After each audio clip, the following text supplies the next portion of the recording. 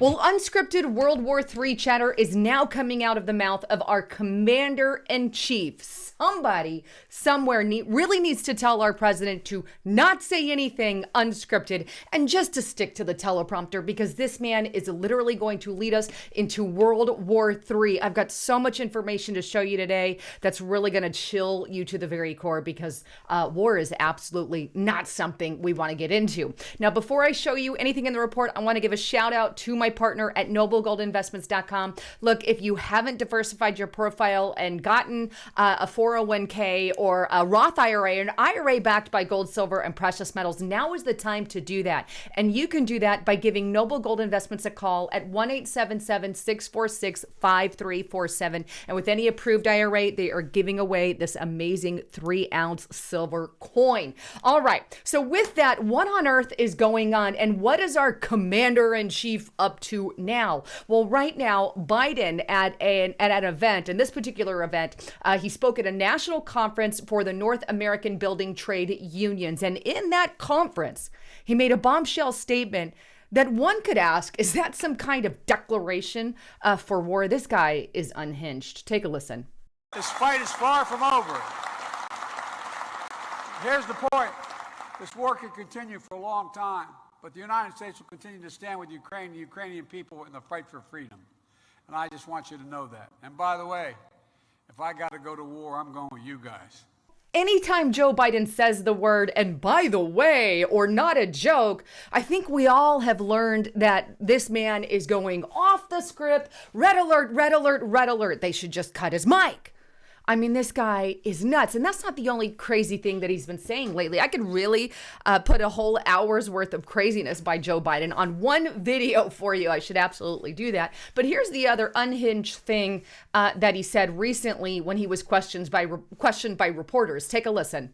You may remember I got criticized for calling Putin a war criminal. Well, the truth of the matter is, so what happened to Bucha.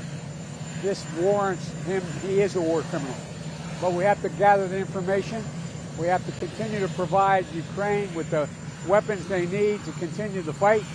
And we have to gather all the detail so this can be have a war crime trial. This guy is brutal. And what's happening in Bucha is outrageous. And everyone's seen it. Genocide? No, I think it is a war crime. What are you going to do about it, sir? Are you going to do more sanctions on Russia? I'm seeking more sanctions, yes. I'll have time to announce that to you. Can you hold Putin accountable when you called him a war criminal? He should be held accountable. Without sanctions? Well, no. What else can you do? No.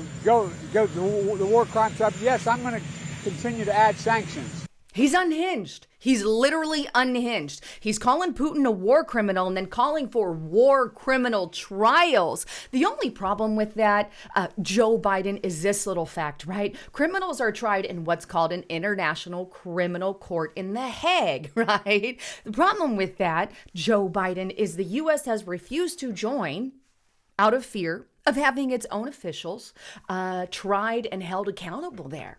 So, So what do you intend on doing? Which was actually a legit question by the reporter. Well, do you mean sanctions? Because how are you going to go about this war criminal trial, Joe Biden? The guy just has lost all sense. I'm really confused why we're not at and pushing for the 25th Amendment. Meanwhile, tensions are getting really harsh with Russia and the U.S. Check out this article, which actually I haven't seen on a lot of media sources or not many people talking about it. And here it is, usnews.com. U.S. FBI says it disrupted Russian hackers. Okay, goes on. The U.S. FBI has wrestled control of thousands of routers and firewall appliances away from Russian military hackers by hijacking the same infrastructure Moscow spies were using to communicate with the devices, U.S. officials said on Monday. It goes on. An unsealed redacted affidavit described the unusual operation as a preemptive move to stop Russian hackers from mobilizing the compromised devices into a botnet, a network of hacked computers that can bombard other services with rogue traffic.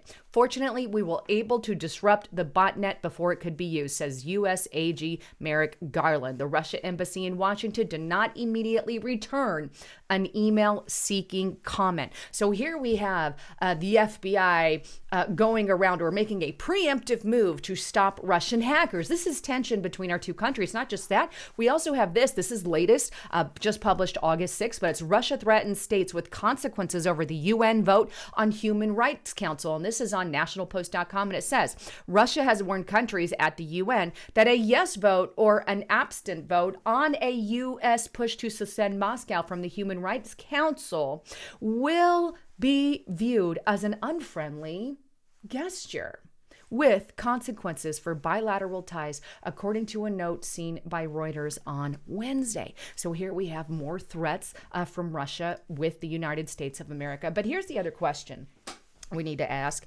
And God forbid we ever go to war. And I really hope that doesn't happen and doesn't spark into World War III or anything like that. But meanwhile, one has to ask the question, is our military ready? I mean, if something were unfortunately bad happened because our president can't keep his mouth shut and just go off script, if we actually do go to a war, what does our military look like? Well, right now, our military personnel are getting kicked out for not taking the vaccine, thereby shrinking our U.S. military. And here's just the quick thing on that. CBS News, military begins discharging troops who refuse COVID-19 vaccines. And we're talking in the thousands, not just a couple hundred of our military personnel, but we're talking in the thousands. Not only that, but our military is not growing, it's shrinking, it's getting smaller. Take a look here at what I'm talking about. And this is on heritage.org, the Heritage Foundation. Military recruiting is increasingly AWOL. Can we fix it? The article goes on to state this, and this is just a very recent article, August 4, 2022, and here's what it says. The 2023 defense budget request just released by the Biden administration reduces the size of the Army by 12,000 soldiers. It isn't that the Army doesn't need the soldiers. Senior leaders have consistently said the Army is too small.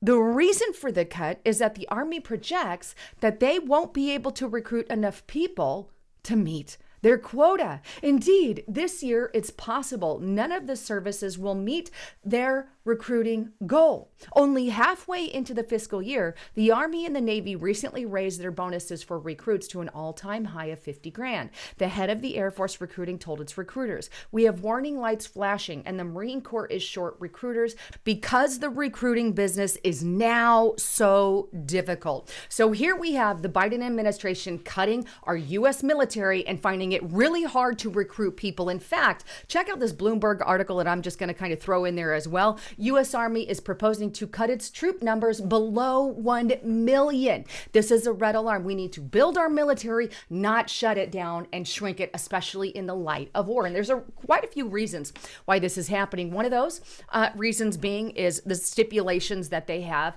to join the military. They've got so many anymore. There's weight requirements. There's requirements for your mental state. And with COVID-19 pandemic, unfortunately, a lot more people today have a mental problem because of the policies that were impacted by these lockdown mandates and measures, job losses, and the whole 9 yards that really impacted our children, forcing them to comply with all these mandates really screwed up a lot of our kids who are the ones that are going to eventually become part of our military. That's one of the things. The second thing is people don't want to join because of these mandates. They're saying, I'm not going to get the vaccine mandate. I don't want to be a part of that. So forget about it. I'm not doing it. These are things that we really need to start looking at, especially these vaccine mandates. We need to grow our military, not attempt to shrink it, especially in the light of war. And then, of course, everything that the article had talked about. But one of the biggest things is the fact that our U.S. military is going woke.